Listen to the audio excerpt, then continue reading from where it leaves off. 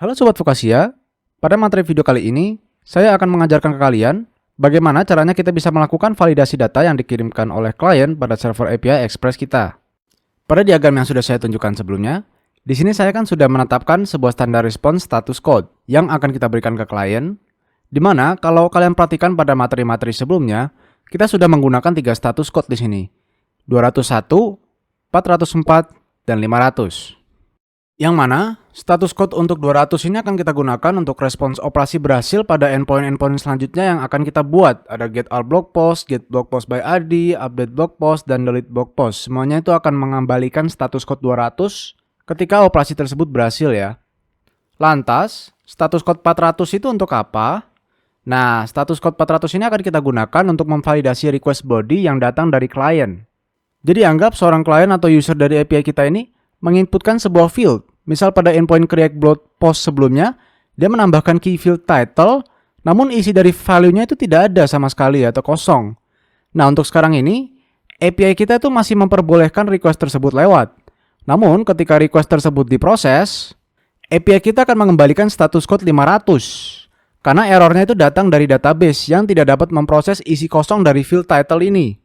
Karena, pada dasarnya kita sudah mengeset supaya field title itu pada dokumen blog post wajib ada isinya ya. Jadi sebenarnya ini kan masalah dari sisi klien.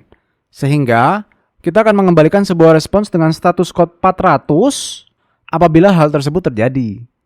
Maka dari itu, pada sisi server API, kita akan menggunakan sebuah package tambahan yaitu Express Validator untuk melakukan validasi data yang masuk ke dalam server API kita melalui request. Nah, ini ada website resmi dari package ini, di mana kita bisa melihat dokumentasinya secara resmi melalui website ini. Di sini disediakan banyak informasi terkait validasi apa saja yang bisa kita gunakan, kemudian bagaimana cara penggunaannya. Lebih detailnya, kalian bisa pergi ke website ini untuk menggunakan validasi yang lebih beragam lagi. Pertama-tama, kita langsung saja install package Express Validator tadi ya, menggunakan command npm i express validator. Lalu selanjutnya saya akan pergi ke folder middleware di sini untuk membuat sebuah middleware baru ya. Kita beri file baru yang bernama validate request.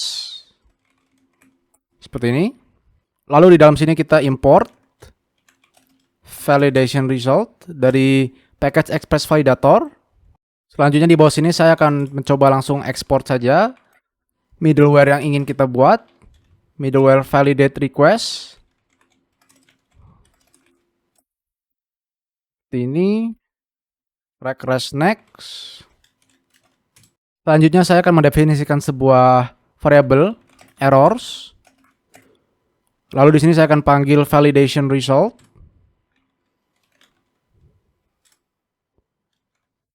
Lalu di dalamnya di sini dia meminta objek request ya. Kita langsung masukkan saja. Jadi hanya sebatas menggunakan fungsi ini yang disediakan oleh Express Validator, dia sudah dapat membaca inputan apa saja yang dikirim oleh klien melalui objek request di sini ya. Selanjutnya di sini saya akan tambahkan pengkondisian if errors is empty. Seperti ini. Jadi dia di sini akan mengecek nih apakah errornya itu kosong. Namun di sini ada tanda seru yang berarti negasinya ya. Jadi pengkondisian ini akan mengecek apakah ada error. Karena kan negasi dari error yang kosong adalah errornya itu 3 kosong ya. Selanjutnya di dalam blok pengkondisian di sini saya ingin langsung mengembalikan sebuah respons. Return res status dengan kode status 400 ya. Lalu saya akan berikan data JSON juga yang berisikan message bad request. Seperti ini misal message-nya bisa apa saja sih sebenarnya. Selanjutnya di bawah sini saya tambahkan property errors untuk menunjukkan error-error apa saja yang ada. Ya, jadi kita panggil variabel ini. Lalu di sini kita tambahkan array ya. Jadi dia akan menunjukkannya dalam bentuk array di sini. Jika sudah, maka di bawah pengkondisian sini kita panggil next.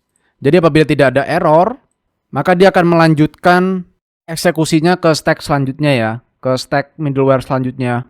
Kita save aja file ini. Selanjutnya di sini kita akan pergi ke route post ya, untuk memvalidasi request body yang masuk ke dalam endpoint create blog post yang sudah kita buat sebelumnya ya. Di sini mungkin kita import dulu body dari Express Validator. Lalu di bawah sini kita import juga middleware yang sudah kita buat tadi ya. Nah, lalu di dalam stack middleware pada route endpoint sini, di bawah middleware upload di sini kita akan tambahkan sebuah array seperti ini. Kita koma juga bawahnya. Di sini saya akan langsung panggil body saja di sini ya. Body.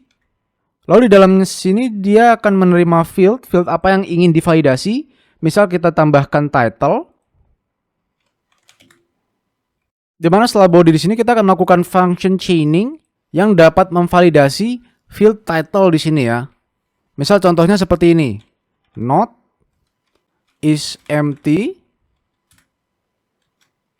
with message title is required. Seperti ini. Jadi sederhananya yang saya lakukan adalah di sini apabila field title pada request body itu kosong, maka dia akan mengembalikan pesan ini, title is required. Di mana melalui middleware validasi kita, apabila terjadi sebuah error ya, jadi validasi ini tidak lolos, maka middleware ini akan mengembalikan respons 400 seperti ini ya. Lalu di dalam property error di sini dia akan menunjukkan field apa saja yang bermasalah. Oke, di samping field title saya juga akan tambahkan field body. Ya, soalnya kan field yang wajib diisi itu kan ada title dan body ya.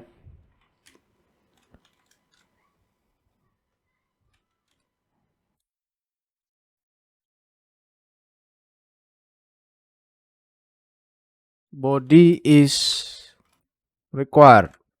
Seperti ini, kita save. Selanjutnya di bawah array ini, kita akan memanggil validate request.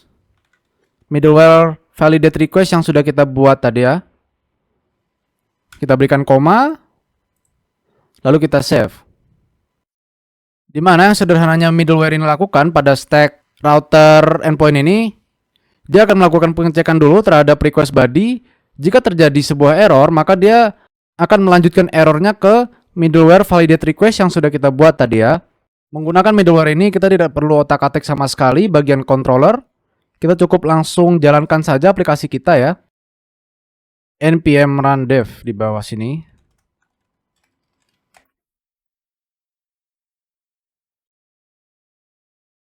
Dimana sekarang kalau misal kita jalankan lagi request ini, nah maka sekarang akan muncul respons dengan status 400 bad request dengan error yang dijabarkan dalam bentuk array seperti ini ya. Jadi ada tipenya field, lalu value-nya kosong, dengan pesan title is required, di path atau di field apa, di field title kan ya. Lalu location-nya di mana. Jadi cukup sederhana ya pemakaiannya ya. Misal selanjutnya apabila kita tuntaskan validasi ini, nah maka endpoint kita akan tetap berjalan semestinya ya. Misal coba sekarang kita kosongkan value dari body, kita send. Nah, dia tetap mengembalikan bad request seperti ini dengan statusnya 400 bad request di sini ya. Nah, di sini ada detail di sini. The request cannot be fulfilled due to bad syntax, yaitu detail tambahan yang diberikan oleh Postman. Yang berarti menandakan bahwa validasi kita sudah berjalan dengan baik. Oke. Selanjutnya kita langsung commit saja perubahan ini ke dalam remote repository kita ya. Karena memang sebenarnya tuh semakin rutin kita commit, semakin baik juga ya. Supaya kita dapat melakukan pelacakan terhadap perubahan-perubahan apa saja, baik itu sekecil apapun perubahannya pada project kita. Kita jalankan saja git add dot, git commit, feed, create blog post, endpoint validation, seperti ini. Lalu kita git push saja. Dimana apabila kalian tertarik untuk melakukan validasi lebih lanjut, kalian bisa mereferensikan halaman web ini ya. Jadi misalnya di sini contohnya ada fungsi seperti is email dan lain sebagainya. Demikian, itulah cara bagaimana kita bisa melakukan sebuah validasi request body sederhana yang datang ke server API kita menggunakan package Express Validator. Sekian, terima kasih telah menonton dan semoga bermanfaat.